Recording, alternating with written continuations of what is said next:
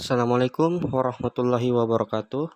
Perkenalkan, nama saya Musawir Nuran Kolbi dengan NIM 90100121063 dari Universitas UIN Alauddin Makassar, Fakultas Ekonomi dan Bisnis Islam, Program Studi Ekonomi Islam.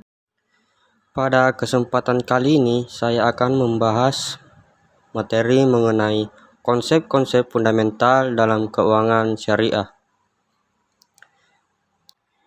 Yang pertama, saya akan membahas mengenai harta dan akad pengelolaan harta. Kedudukan atau status harta berdasarkan Al-Quran terbagi menjadi 4. Yang pertama, harta sebagai titipan. Yang kedua, harta sebagai perhiasan hidup.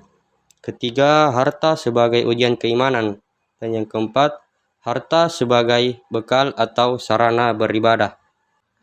Kedudukan harta dalam akad dapat dijabarkan di dalam beberapa istilah fikih muamalah, yaitu harta istihlaki dan harta istimali. Harta istihlaki bisa ditransaksikan dengan tujuan untuk konsumsi, seperti bisa misalnya kita meminjamkan atau tidak menyewakan makanan.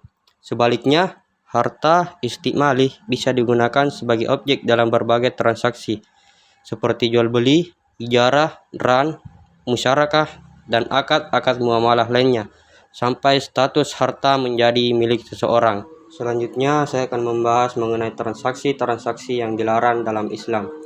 Yang pertama itu ada transaksi yang bersifat maghrib atau maisir, gharar, dan riba.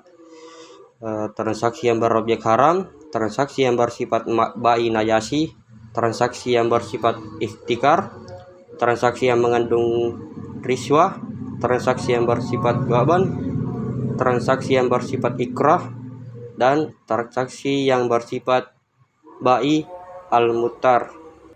Poin selanjutnya yang akan saya bahas adalah riba dan implikasinya terhadap keuangan syariah.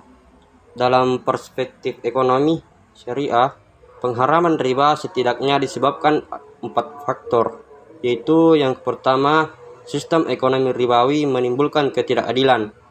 Yang kedua, sistem ekonomi ribawi merupakan penyebab utama berlakunya ketidakseimbangan antara pemodal dan peminjam.